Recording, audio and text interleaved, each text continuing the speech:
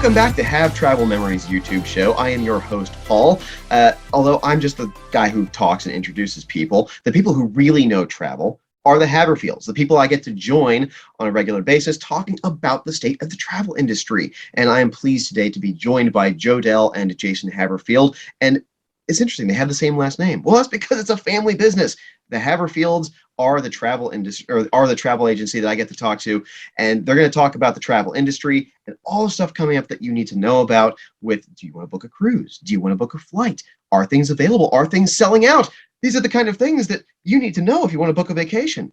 So let's start out talking about experiences, because in the last episode, we threw out the email address, which again, you can click on in the description below to send us your experiences. But we're going to talk about the experiences of JoDell and Jason today, particularly JoDell, who I want to start with, because JoDell, you have been on some cruises in the past year with the pandemic and all the craziness. Things are opening back up. Let's talk about the experience you had, because I think it's an interesting one that will be informative and instructive for the viewers. Well, thank you, Paul. I suppose you're wondering why you haven't seen us for a little while. To start with, that's because my husband and I had COVID, and we were out for about a month. We also had a cruise booked in September. We had COVID through the month of July, and it took us till mid-August to even get back to work again. So with our cruise in September, I immediately, as a travel advisor and wanting to make sure that I cross my T's and dot my I's, I was immediately concerned about being able to get the vaccine. Now, at that time, the vaccine wasn't mandatory. It was just advised, and they were accepting the antibodies at that time. So I called the cruise line and I spoke to them, as well as another travel agent that was part of our group. And they assured me that I would be able to cruise, even though I wouldn't be able to get the full vaccine in time. I could get both injections, but I wouldn't be within the 14-day limit.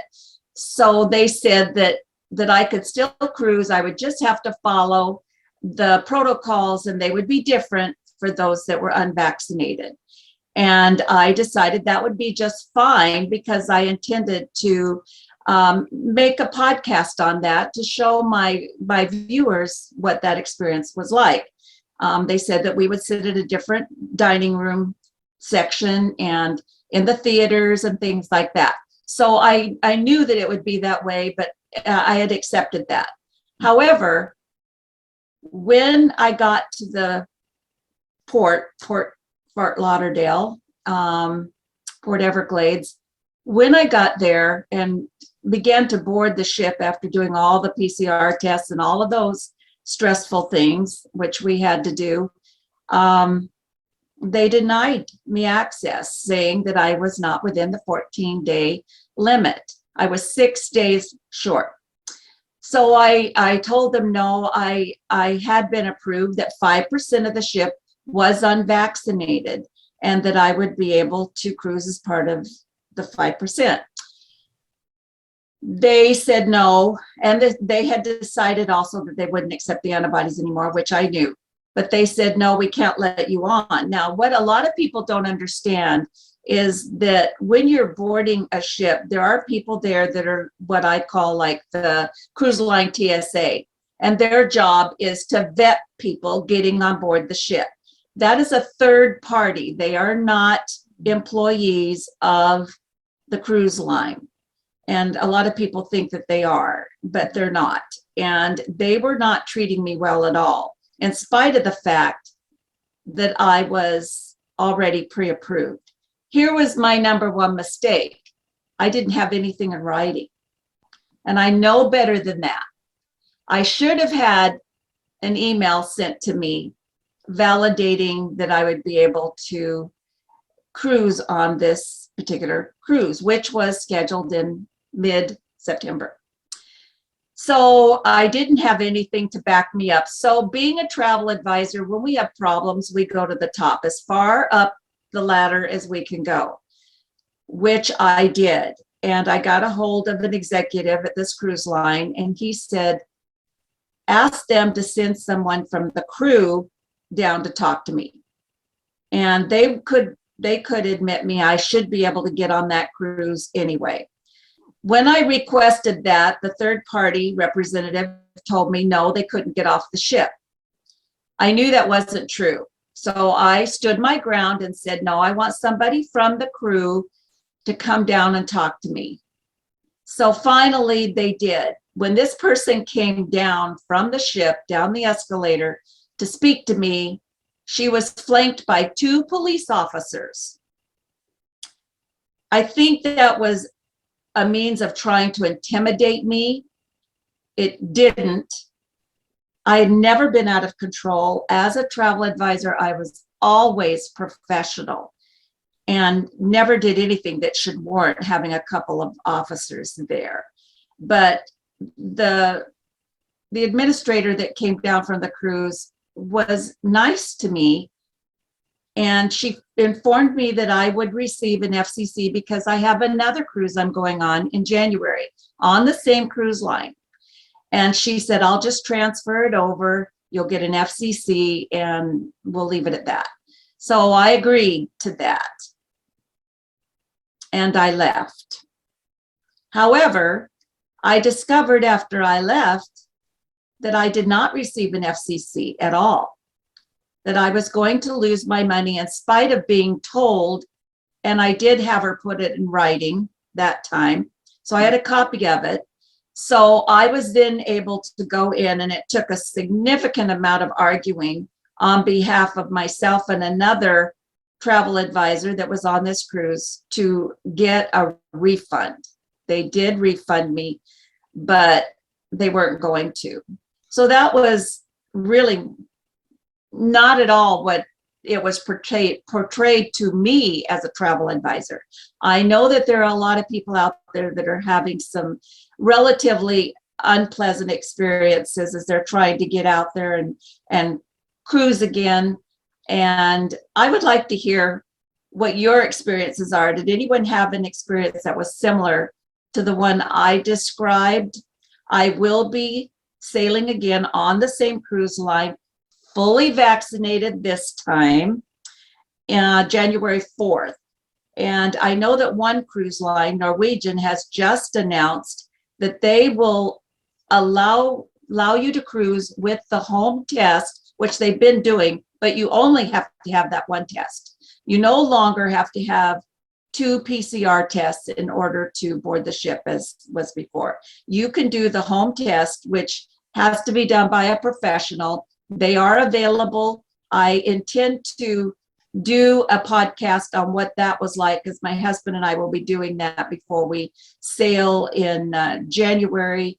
And it's actually pretty simple, as I've heard from others that have done it. I've watched others' podcasts, so I think I know exactly what I'm supposed to do. But that's all that's required now on Norwegian, is to do that one test. And the nice thing about Norwegian that they just announced is that if for some reason you're not able to do your home test, or something goes wrong, you don't get the results or whatever, they will, for $99 at the port, you can do one right there at the cruise terminal. So that's a huge improvement to the way it's been going, because it's been very stressful to get your tests done within what was once 3 days, then got narrowed down to 2 days. And there's a lot of confusion about what you can and can't do.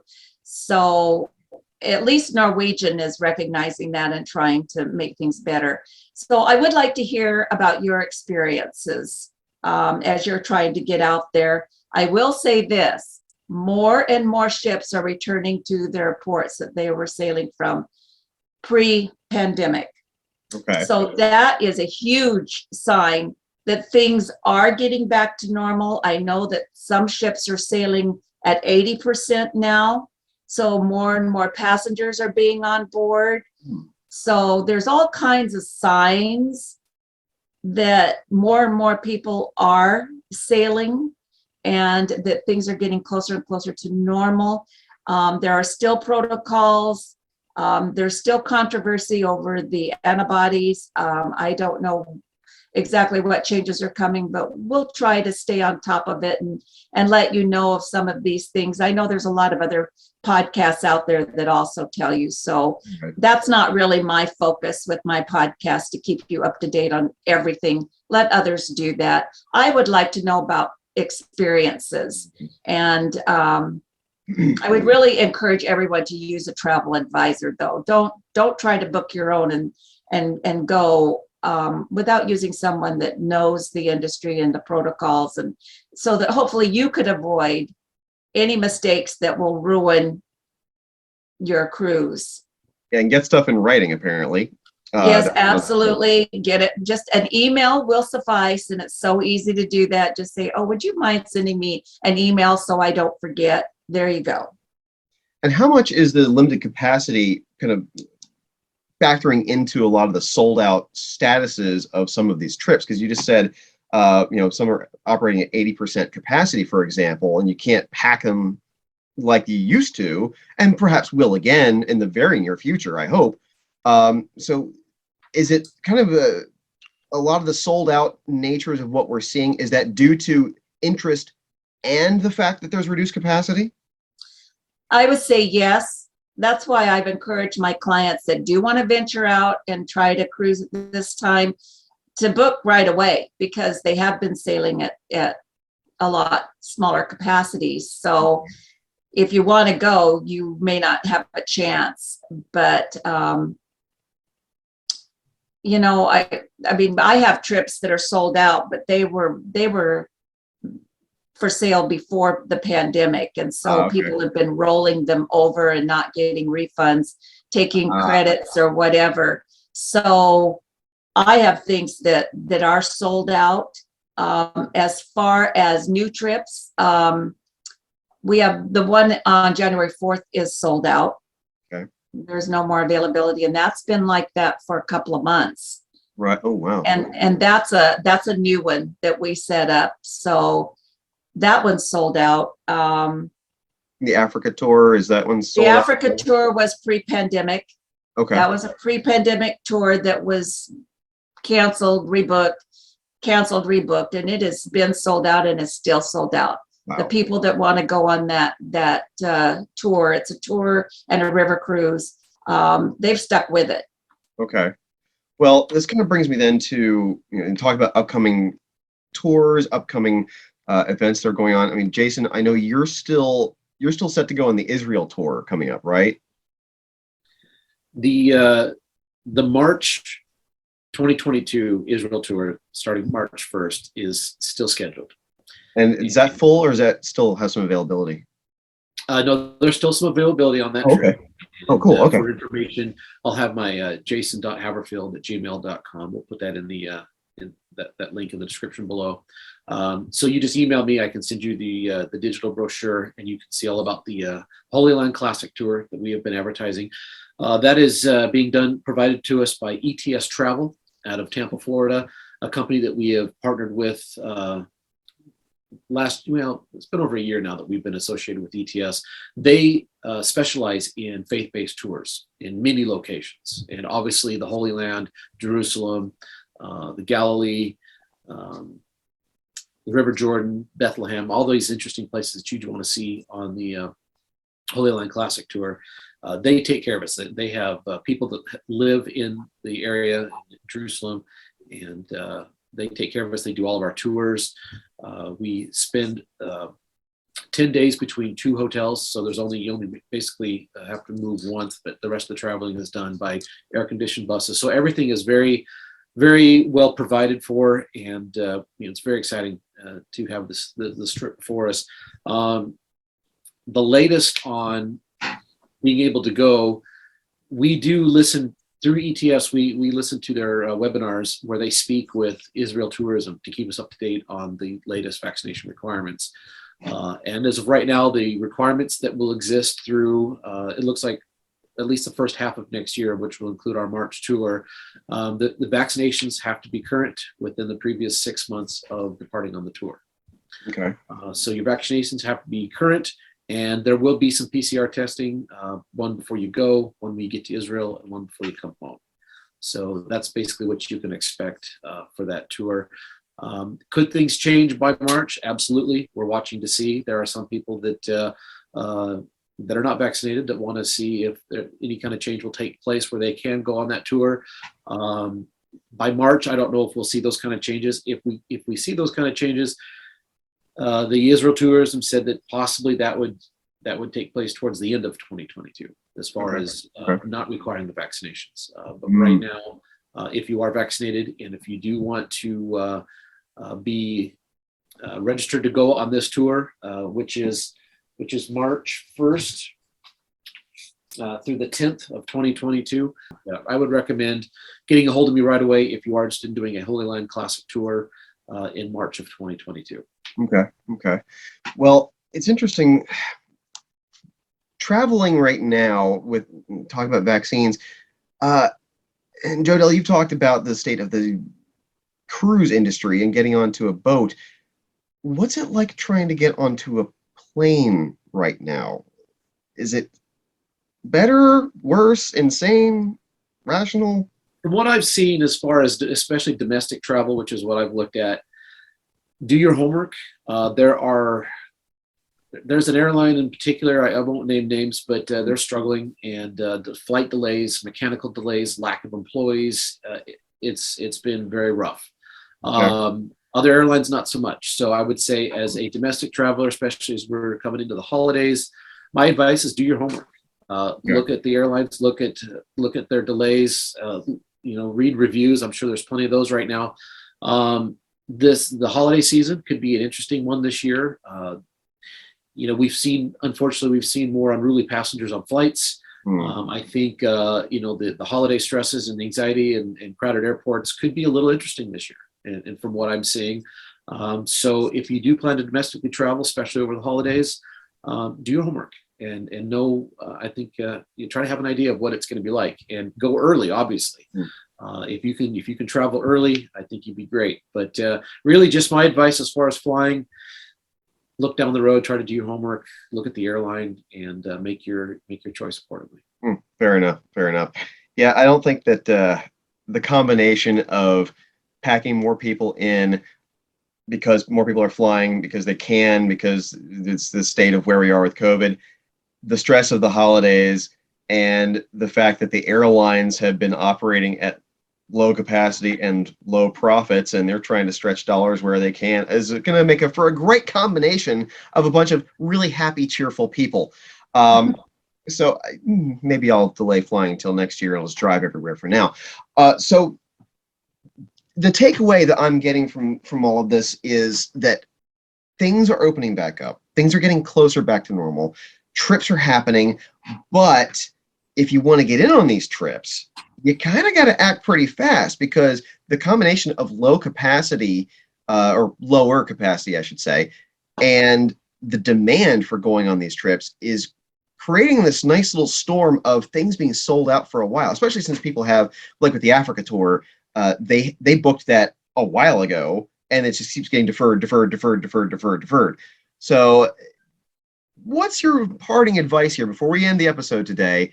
That thing that you really want people to know if they actually want to take a vacation? Well, I think most importantly is use someone that knows and understands all the different changes as they happen. We are informed of these changes almost immediately. We're some of the first people to know about them before they're released to the public. So we're able to even check for you just to make sure that everything is being done to help prevent any disappointments, because I'm telling you, it's a terrible feeling to get all the way to a cruise port and be denied, or go through all the trouble to get on a flight and be denied. Now, flying is different.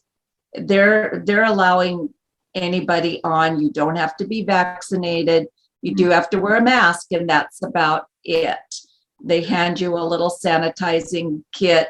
They are still serving snacks and drinks for the most part. I've been on a few flights and I haven't had any problems with my flights. I've noticed that they are putting people in the middle seats now, so the planes are crowded, and they are crowded. Every flight I've been on has been completely full. So much so that there's no room in the overhead. So that tells me they're flying and people aren't really too terribly concerned about COVID anymore. They just want to go. Right. So just use a travel advisor.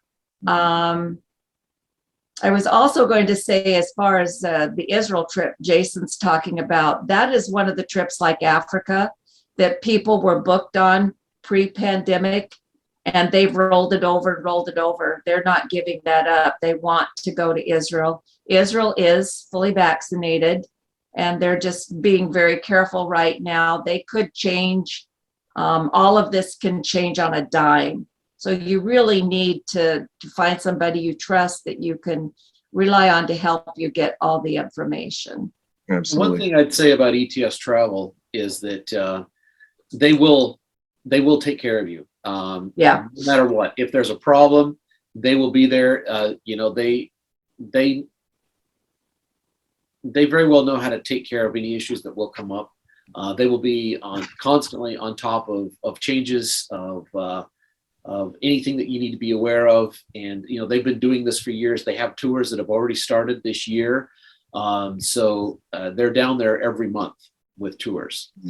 And so they're always completely up to date on what's happening. And if there is a problem, ETS Travel will be there to help you navigate through it. And their experience there and the amount of time that they've been doing this certainly provides me with a lot of confidence that even if there was a problem, you will, anything you need is going to be taken care of. And their professionalism and their level of expertise is something that can be relied on. And I can fully support that. And if you're interested in seeing more about this particular tour, we did talk with a representative from ETS Tours on a previous episode. I will, of course, you probably saw me flash the link up top, and I will put that link in the description below as well. So the takeaway here is book now. If you want to go somewhere, go somewhere. You can do it. I mean, things are opening back up. If you've been living in the pandemic quarantine cave for the past year and a half, things are really radically different now. At least that's what I'm gathering from you guys. And I have flown this year, and I have noticed a difference, but I get the benefit of you always fly with two other people, my wife and my daughter, so we don't have to worry about some other guy in the middle between us. I'm really happy to get to talk to you guys about travel. I'm looking forward to the next episodes that we get to do with each other. We've already posted up the episode about vacation rentals. We've talked about various vacations and the state of cruises and flights today. The next episode we're going to talk about, that we're going to be doing, JoDell, I'm actually looking forward to this one because you're going to be talking about the history of flying and travel and stuff that we've talked about. I don't want to spoil anything. We talked about it off camera, and it is actually really cool and fascinating to hear these stories. Now, please, if you have had any experiences that you want to talk about, JoDell's asked you very nicely throughout the episode. I'll ask you one more time. There are email addresses in the description below that if you've had any positive, negative experiences, you want to give some advice to people who are going to be traveling, then please just send a message, and we want to get that content into future episodes. So guys, I appreciate your time extremely, very ridiculously much. Before we go, any parting thoughts, messages for the viewers? Well, I was just going to say that speaking of booking now, we do have some upcoming trips that you might want to take a look at. I believe they'll be posted down below, but they're also on our website at HaveTravel-Memories.com. We've got the cruise that I'm going on in January. I will let you know how that goes. I intend to do a podcast of that experience. We also have a Panama City tour in Panama. That's coming up in March, as well as the Israel tour. And then I will be on a river cruise in May. And that is going to participate in the Ober Ammergau production. that was canceled in 2020. It only occurs every 10 years. And because of COVID, it was canceled. It is put on by the local villagers. We will fly into Budapest and out of Munich. It includes all the tours. It's an all-inclusive experience. Tours, the river cruise, it's on Viking. That is an amazing trip. That is another one that has been pre-COVID and people are still booked. There is still a little bit of availability on that one if you're interested in it. Again, that is in May of 2022. We've got some tours coming up as well in 2022, a Pioneer Woman Tour. That will be a bus tour and just a fun week-long trip to visit other places besides the Pioneer Woman. That'll be a lot of fun. And we're talking about some other tours that I won't necessarily mention right now. We haven't finalized them, but they will be in upcoming episodes. So we are very busy handling these tours and planning more amazing trips. One of the things that we do pride ourselves in is the group travel. We have a lot of experience with that. Sometimes we even go along with you to ensure that we are there to resolve any issues and make sure you have a good time. And sometimes we just send you off on your own, but we are really good at putting these groups together and making sure that you all have a wonderful trip. So with that, that's pretty much all I had for today. I'm excited about some of our upcoming things, the travel, history of travel. I will be specifically talking about the golden age of travel. And it's very fun to see what it used to be like and compare it to what it's like today. Absolutely. I think this is the golden era of travel because I have Wi-Fi, but I would just finally add, here is the brochure. I have a digital copy of this. This is on the Holy Land Classic Tour. You get to know our local tour guide, Stephen Franco from the Destin area that'll be going. Anyway, so this has quite a bit of information about the tour, exactly everything that you're going to see. And then there's a registration page, which has got the pertinent information I'm going to need to get you registered. And I would do that right away. The full amount will be due since this has been advertised for quite a few months. But if you want to get a copy of this in your email, and we can get you registered for the March 2022 tour. Wonderful. Oh, excellent. Well, you guys are on top of it, which is why, of course, you hire a travel agency because they're on top of it. Well, I appreciate you guys sticking around with us in this episode. Don't forget to like and subscribe, the usual YouTuber stuff. Message us with any of the comments or questions that you have and experiences that you've had. And until next time, travel.